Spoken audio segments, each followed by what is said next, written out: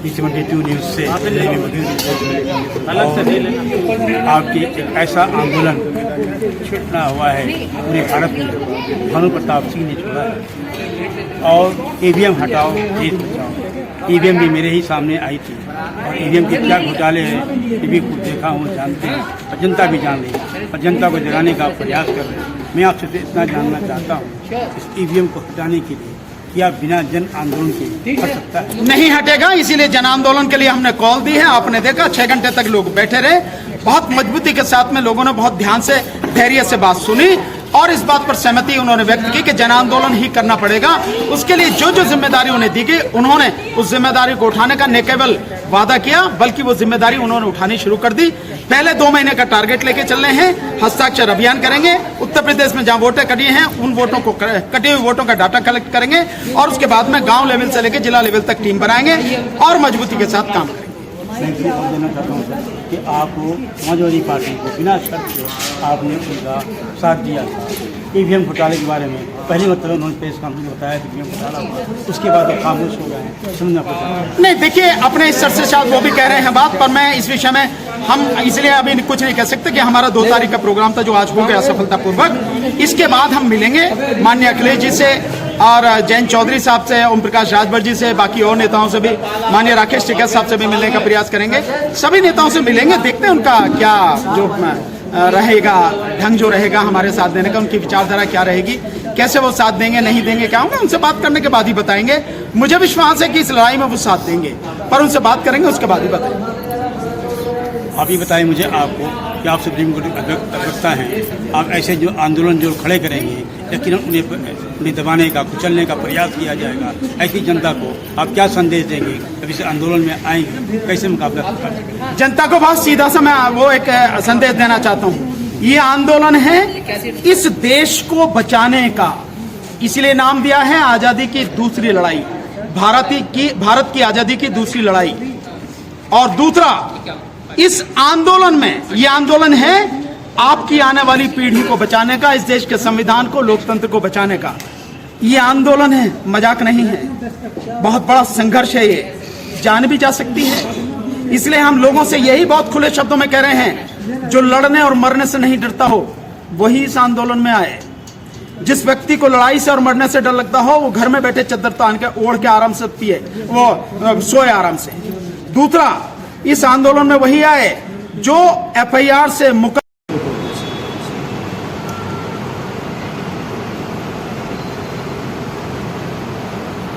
इस वक्त दिल्ली में ईवीएम हटाओ देश बचाओ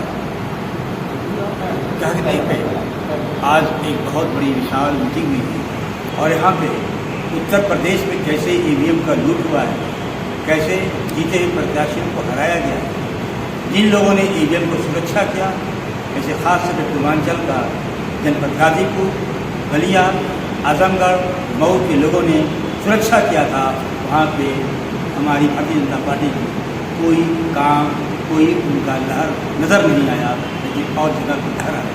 ऐसी सूरत में इस वक्त हमारे पास राष्ट्रीय जनहित संघर्ष पार्टी के चौधरी कृष्णपाल सिंह जी मौजूद हैं। मैं इनसे जानना चाहता हूँ कि आप लोग किस लिहाज से इसे अपना संघर्ष बनाएंगे? आपके 72 न्यूज़ चैनल का बहुत बहुत धन्यवाद।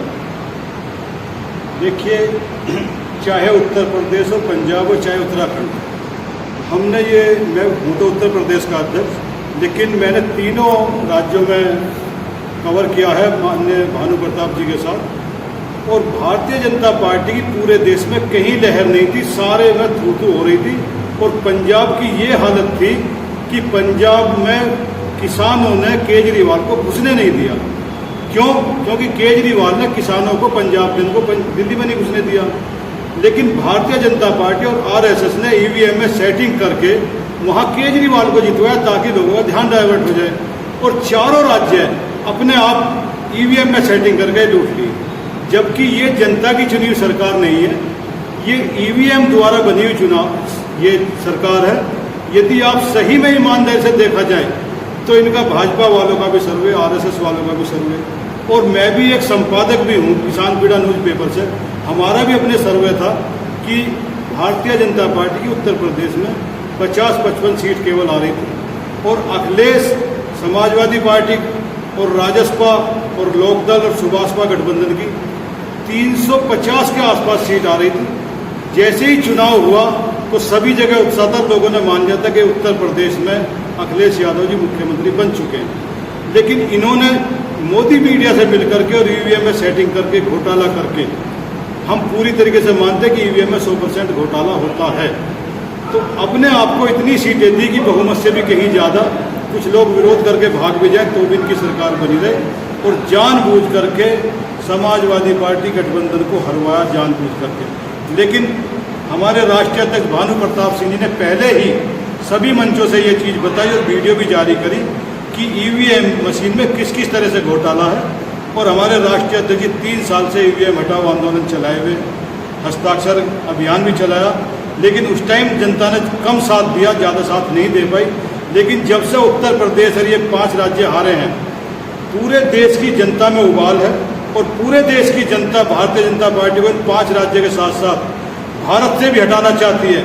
मोदी को भी पीएम पद से हटाना चाहती है।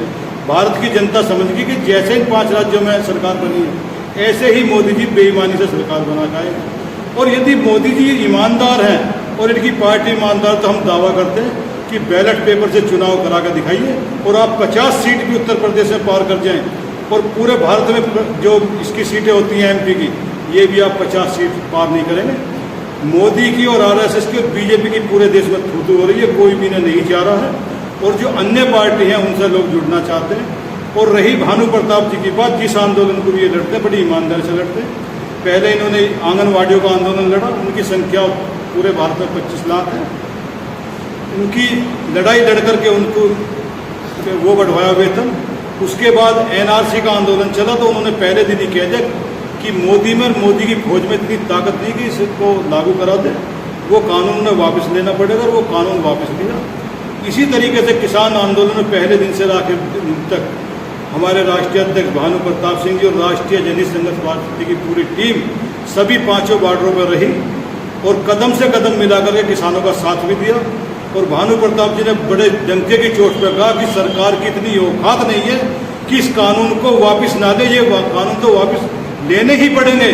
और ये बीमारी कानून नहीं है, असली बीमारी आरएसएस और बीजेपी है और ईवीएम है। जब तक इनको नहीं हटा दोगे ये बीमारी किसी ना किसी रूप में आती रहेंगी। तो वो बेईमानी ईवीएम द्वारा करके सरकार बनी है।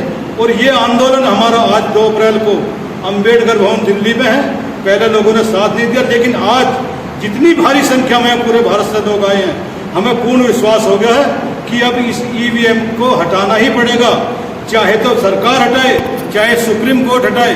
और यदि नहीं हटाया तो मैं वादा करता हूं, मैं प्रदेश अध्यक्ष राष्ट्रीय जनहित संघर्ष पार्टी का, जिस तरह से आज जनता में उबाल देख रहे हैं, चाहे हमें सुप्रीम कोर्ट घेरना पड़े, चाहे विधानसभा घेरनी पड़े, चाहे लोकसभा घेरनी पड़े, चाहे संसद घेरनी पड़े, इस ईवीएम को हटा करके ही दम देंगे।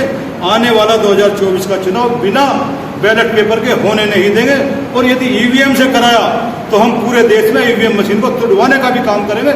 बैलेट पेपर से चुनाव होगा तो ठीक, वरना ईवीएम से चुनाव नहीं होने देंगे, नहीं होने देंगे, नहीं होने देंगे। ये हम वादा करते हैं आपके चैनल के माध्यम से। धन्यवाद दिया गया है ईवीएम के जरिए से, ईवीएम से छुटकारा पाया गया है। इसके लिए बरेली की बाजार छुड़ागिरी मशहूर बोल था, वहीं से आए हुए हैं वसीम रिजवी साहब। मैं इनसे जानना चाहता हूँ कैसे ईवीएम के जरिए से देश को दोबारा गुलाम बनाया जाए। बहुत बहुत शुक्रिया, आपने मुझे इस बात के लिए चुना।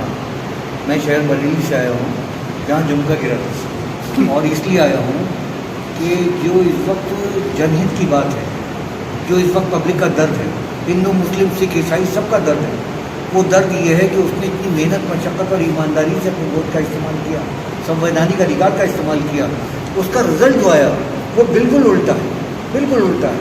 जो पहले से हमारे माननीय राष्ट्रीय अध्यक्ष जो भारतीय राष्ट्रीय जनसंघर्ष पार्टी के राष्ट्रीय सचिव जी है, उसके भानु प्रताप सिंह जी, उन्होंने 2019 में जो आंदोलन चलाया था उसको आज की तारीख में इसलिए जन समर्थन है कि वही इस वक्त की गांधी है। क्योंकि जब तक ईवीएम नहीं हटेगी हमारा कोई भी मकसद हल नहीं हो पाएगा। चाहे कोई भी चुनाव लड़ लें, ना तो चुनाव हो सकता, ना हमें किसी सूरत से आज़ादी मिल सकती, ना हमारा एजुकेशन पॉइंट ऑफ व्यू से सही हो सकता, ना बेरोजगारों को रोजगार मिल सकता, जो परेशान है और ज़्यादा परेशान हो जाएंगे। ये मनुवादी स्मृति लागू होने के बाद में, वो लागू करने के बाद में देश को पूरी तरीके से गुलाम बनाना चाहते हैं। ख़ासतौर से जो ओबीसी, SC, ST ये तमाम जातियाँ हैं, इन सबको गुलाम बनाना चाहते हैं, मनुस्मृति लागू करना चाहते हैं। और केवल 2.5% लोग जो पूरे देश पर राज कर रहे हैं, केवल उनका मकसद ये है कि फिर से वही राज आ जाए हिंदुस्तान के गुलामी के टाइम का, जो मुग़लों के ज़माने से, मुग़लों से पहले जो गुलामी चल रही थी, ये दोबारा गुलाम बनाना चाहते हैं। इसलिए आज की तारीख में केवल और केवल कुछ भी कर ली जाए, मैं तमाम पार्टी के जितने भी अध्यक्ष हैं, मैंने सबको चिट्ठियाँ लिखी हैं। खासतौर से मैंने अखिलेश यादव जी को चिट्ठी लिखी है, प्रोफेसर गोपाल साहब को चिट्ठियाँ लिखी हैं, मायावती जी को चिट्ठी लिखी है कि आप लोग उससे हट करके कम से कम आप इनको भानु प्रताप सिंह जी की पार्टी को समर्थन कीजिए, क्योंकि ये किसी पार्टी विशेष कार में नहीं है। इन्हें मालूम है कि सुप्रीम कोर्ट किस तरीके से ठगी जा रही है। सुप्रीम कोर्ट को ठगने के लिए 4 बेहतरीन उदाहरण हैं कि देखिए आप, सुप्रीम कोर्ट का जो चीफ जस्टिस ऑफ इंडिया था, उसको ब्लैकमेल करके पैगासस के माध्यम से उसका जो अफेयर्स चल रहा था, उस अफेयर्स के माध्यम से 13 लोगों के, उसके परिवार के फ़ोन हैक किए गए, उसके बाद में ब्लैकमेल किया गया। उससे कहना चाहिए आपका पैगासस वाला, ये राफेल वाला मुद्दा सॉल्व करवाया गया। उससे जो मर्डर किया था हमारे जस्टिस लोया का, उनका मुद्दा सॉल्व करवाया गया।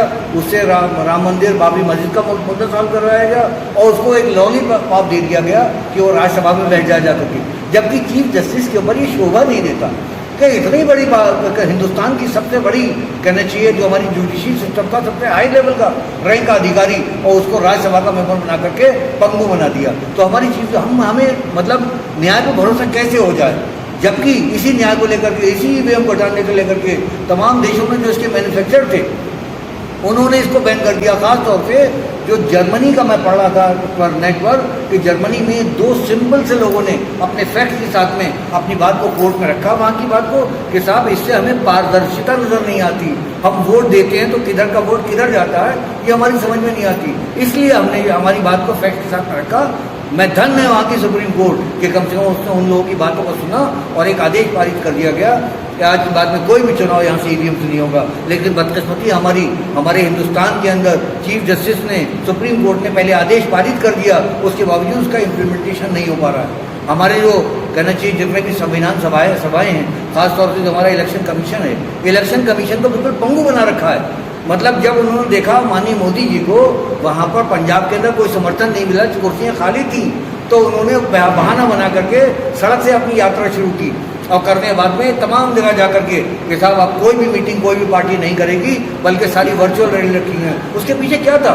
उसके पीछे सिर्फ राज यही था कि ये जब जहाँ जहाँ पार्टी अपनी मीटिंग करने जाएंगे, इनको कोई भी वहाँ पे जन आंदोलन नहीं मिलेगा, कुर्सियाँ खाली मिलेंगी, इसलिए वर्चुअल मीटिंग रखी। उसके बाद में उसको लगातार जारी रखा, जबकि जहाँ अगले जी जा रहे थे वहाँ भीड़ ऐसी थी कि जान देने को तैयार थी, बिना किसी धर्म के, जाति के लोग टूटे पड़े थे उनको सपोर्ट करने के लिए। लेकिन नहीं, इवन जो मैं काउंटिंग में भी गया था, जब काउंटिंग में देखा दोपहर तक काउंटिंग डिबेट चली, हमारे सारे प्रत्याशी की तरह से बने लिखे, लेकिन दोपहर बाद काउंटिंग बिल्कुल धीरे कर दी गई।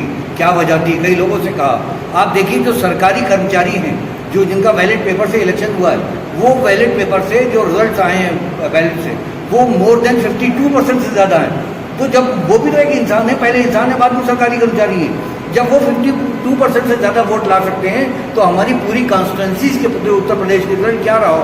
कि मैं जानना चाहता हूँ आपसे कि जो हमारे नेता हैं, राष्ट्रीय अध्यक्ष अभी आप समाजवादी पार्टी के, उन्होंने इसके पीछे आंदोलन क्यों नहीं कर रहे हैं? इनको मालूम है उनकी कैंडिडेट को कराया गया।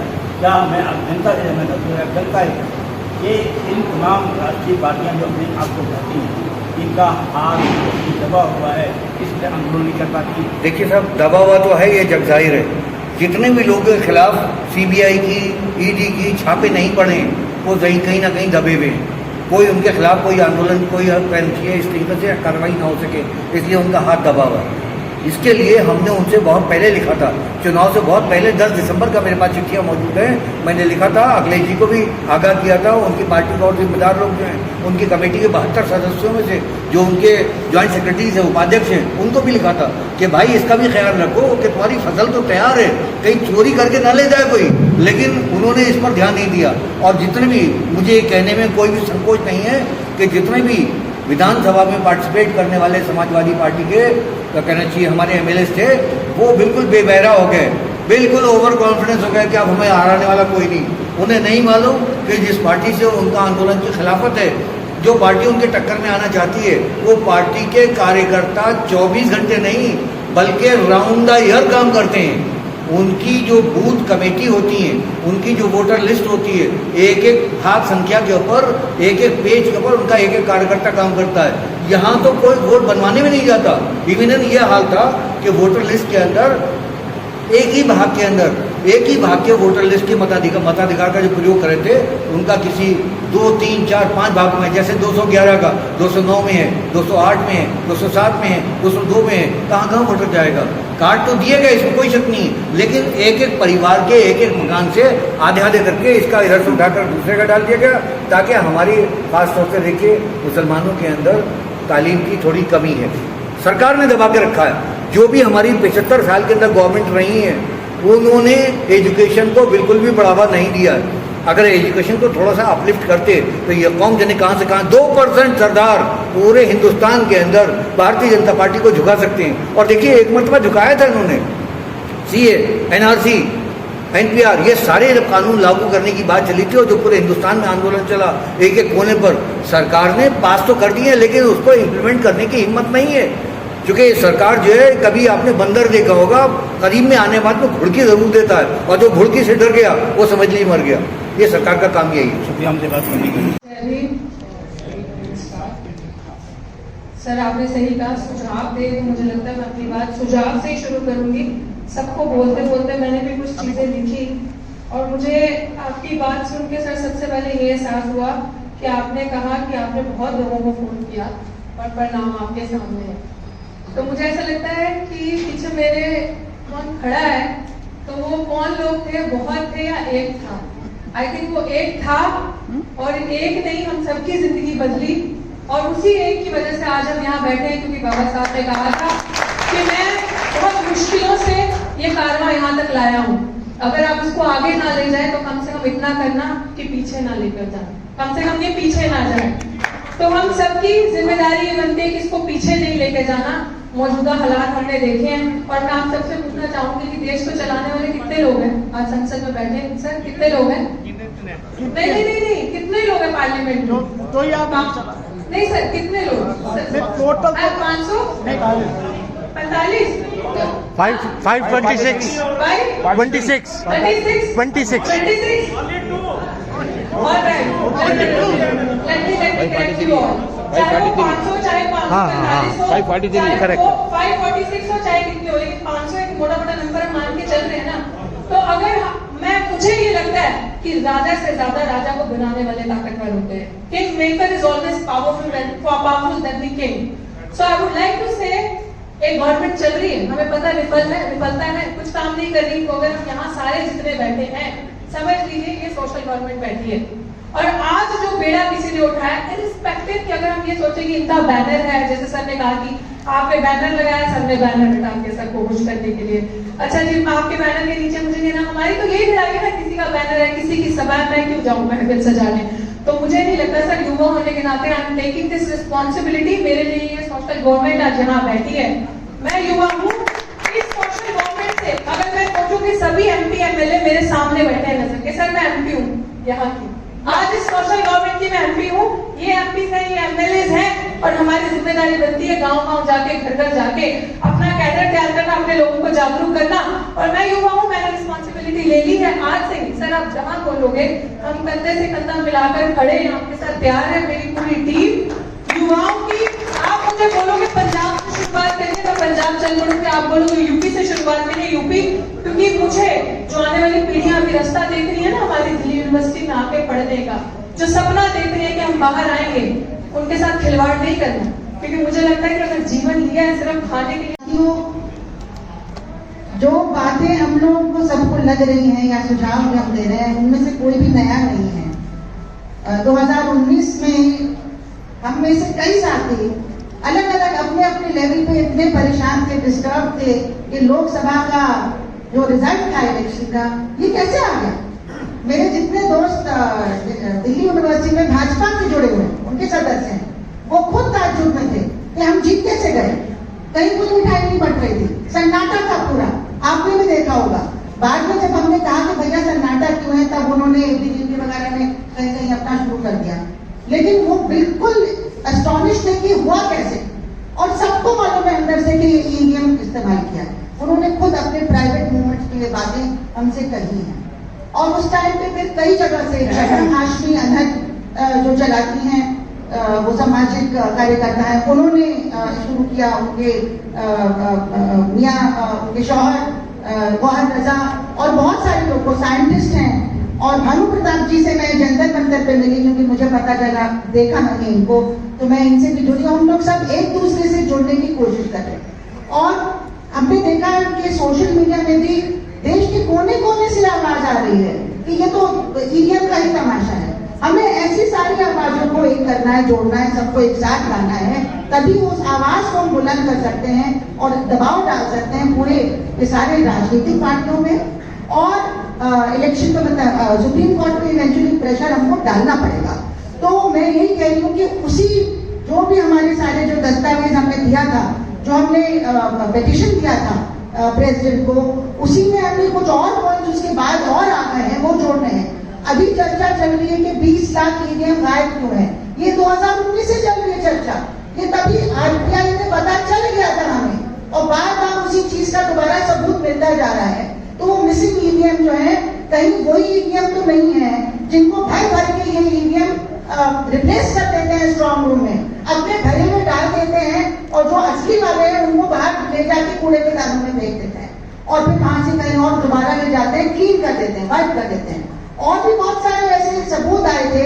अभी यूपी में भी मतलब एकदम वैसे कि कोई यकीन ही नहीं कर सकता है कि ये रिजल्ट कैसे आया है, जबकि सारी जनता कुछ और कह रही थी। भीड़ कहाँ पे थी और वोट कहाँ पे गया। और मैं ये मानने को तैयार हूँ कि जनता डर के मारे नहीं कह रही कि हम मोदी को वोट दे रहे हैं। अरे अगर नहीं भी दे रहे तब भी कह रही कि हम मोदी को वोट दे रहे हैं। तो डरने के लिए कहने से कि हम नहीं दे रहे हैं, लेकिन जब जनता कह रही थी कि हम नहीं दे रहे हैं, अखिलेश यादव को दे रहे हैं, किसी भी विपक्षी को दे रहे हैं, तो वो क्यों। मैं आपसे परिचय जानते हुए जानना चाहता हूँ कि आज इस आंदोलन में आप आए हैं, कौन सी अच्छी चीज़ लगी है जिसके माध्यम से आप इस आंदोलन में आए? देखिए, मैं कहना चाहता हूँ जो हमारे सबसे पहले तो मैं अपना आपको परिचय बताता हूँ। मैं मेरठ से आया हूँ, मेरा गांव काबुल है और मेरी सरदा विधानसभा पड़ती है। मैं और लोगों के साथ में आया हूँ। मैं कहना चाहता हूँ कि जो हमारे राष्ट्रीय अध्यक्ष भानु प्रताप जी हैं, उन्होंने बहुत ही निर्णय लेके बहुत ही सूझबूझ के साथ में कदम उठाया है। और जो अब तक इलेक्शनिया के मशीन से हुए हैं, ईवीएम से हुए हैं, अब आने वाले समय में वो उससे नहीं होंगे। हम जो हमारे भानु प्रताप जी, उन्होंने हमें दिशा निर्देश दिए हैं। हम गांव-गांव जाएंगे, अपनी मीटिंग बैठाएंगे और सभी लोगों को एक जन सैलाब ऐसा होगा। इस जन शक्ति की पार्टी की तरफ से हमारे भानु प्रताप जी ने हमें आदेश दिया है, दिशा निर्देश दिया है कि एक दिन जो ये ईवीएम में घपला करना चाहते हैं, जो अपनी तानाशाही से जबरदस्ती से अपना लोग बनाना चाहते हैं, एक दिन वो आएगा कि हम सभी को नष्ट कर देंगे और एक सच्चाई की तरह सभी लोग चलेंगे, जिस तरह से हमें बाबा साहब ने अधिकार दिया है। एक दिन वो आने वाला है। मेरा नाम मनोज प्रधान, जिलाध्यक्ष मेरठ राष्ट्रीय जनता संघर्ष पार्टी है। सर, मैं आज दिल्ली अम्बेडकर भवन में आया हूँ और माननीय एडवोकेट भानु प्रताप सिंह जी के आह्वान पर इस देश में ईवीएम से कोई भी चुनाव अब हम नहीं होने देंगे, और इसके लिए हमें चाहे कुछ भी करना पड़े। हमारे अध्यक्ष जी ने हमें आज आदेश कर दिया कि ईवीएम बंद कराने के लिए तन मन धन जो भी चाहिए सब कुछ लगा दो, मगर इस देश से ईवीएम मशीन उखाड़ फेंक दो। अगर आप इस ईवीएम मशीन को उखाड़ फेंक देंगे तो आपके आने वाले बच्चों का भविष्य सही रहेगा, आपकी जनरेशन सही रहेगी, ना तो सब कुछ बर्बाद हो जाएगा, तबाह हो जाएगा, कुछ नहीं।